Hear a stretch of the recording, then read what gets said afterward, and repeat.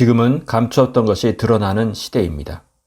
다니엘에게 주어진 예언의 말씀을 마지막 때까지 봉함하라고 하셨고, 마지막 때인 지금 우리는 그 봉함이 열리고 감추어졌던 것들이 열리는 것을 보는 세대에 살고 있습니다.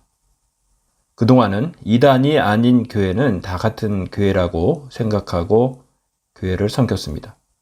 그러나 시간과 정치적 여건 등이 변하면서 동성애를 찬성하며 차별금지법을 제정해야 한다는 기독교 단체나 교회가 나왔으며, 비상식적으로 교회의 예배를 노골적으로 간섭하려는 권력 앞에 아무런 목소리를 내지 않고 오히려 정부 지침보다 앞서서 예배를 축소하는 참담한 상황을 우리는 목도하게 되었습니다. 그러한 결정의 근거로 생명을 존중하고 지켜야 한다고 말합니다. 인본주의적 사상을 마치 하나님의 뜻인 것처럼 포장하여 말합니다. 하나님 앞에 끼어진 성도라면 그러한 결정을 한 목사님께 담대히 말씀하실 수 있어야 합니다. 예배보다 앞설 수 있는 것은 없다라고 예배를 컨트롤하려는 권력은 하나님을 대적하는 것이므로 그것에 저항하고 대적하셔야 한다고 말씀하셔야 합니다. 이러한 부당한 정부의 결정에 순종하는 교회는 대부분 본인들은 그렇지 않다고 하지만 좌파적 사상에 물든 교회이거나 세상의 일에는 전혀 관심을 갖지 않고 본인의 길만 가려는 교회들입니다. 카톨릭이나 불교도 똑같은 사람들이 모이는 공간임에도 교회만 마스크 쓰고 모이는 인원을 제한한다면 대단한 신학을 하지 않았어도 상식이 있는 사람이라면 그 부당함을 인지하고 당당히 그것이 권력일지라도 따져 물어야 하는 것이 상식일 것입니다. 그렇게 하는 목사님들은 극히 일부만이 있고 나머지는 성도들이 보기에는 마네킹 목사, 마네킹 성도와도 같습니다. 외치셔야 합니다. 부정과 불의로 권력을 탈취한 문정권은 들어라.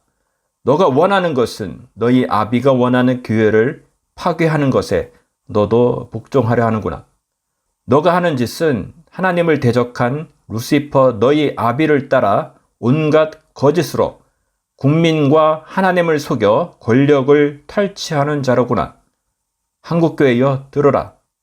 하나님을 대적하는 자의 편에 선 교회들아 들어라. 그들이 가진 권력은 온갖 거짓과 부정과 불의를 통해 빼앗은 권력임을 알지 못하는가? 알면서도 그들에게 순종하는가? 너희 정체를 밝혀라. 너희 근본이 하나님의 말씀에 서 있는지 거짓에 선 모래 위에 선 교회인지를 밝혀야 할 것이다. 문재인 정권을 인정하는 교회라면 그 거짓과 부정과 불의에 동참하는 교회임을 알아야 할 것입니다. 그 거짓을 몰랐다면 깨달아 돌이키셔야 합니다. 하나님을 대적하는 권력에 순종치 말고 하나님의 교회를 파괴하는 권력을 대적하십시오. 오늘은 급기야 온 국민에 마스크를 쓰지 않으면 벌금 10만 원에서 300만 원을 물리겠다고 합니다. 이러한 조치는 진정 국민의 건강 때문에 하는 것이 아니고 국민 세금을 더 뜯어가며 말하지 못하게 하려는 조치임을 깨달아 아셔야 합니다. 앞으로 샤워를 한 후에 곧바로 마스크를 착용하거나 아니면 공무원이 주변에 있는지 살피거나 미리 벌금 10만 원을 준비해야 하는 그러한 세상이 되었습니다. 그동안 코로나 이전부터 경제가 폭망했지만 코로나로 인해 이제는 더 낮아질 곳이 없을 것 같은 참담한 경기인데 이러한 것은 아랑곳하지 않고 벌금을 뜯어갈 생각만 하고 있습니다. 깨어나셔야 합니다. 국민의 건강을 걱정하는 자들이 아닙니다. 하나님을 대적하고 국민을 포로로 삼고 있는 북한과 중국과 같은 나라로 만들기를 원하는 자들인 것입니다. 이 모든 것을 우리가 보는 것은 하나님의 나라가 가까이 와 있음을 깨닫게 하는 징조인 것입니다.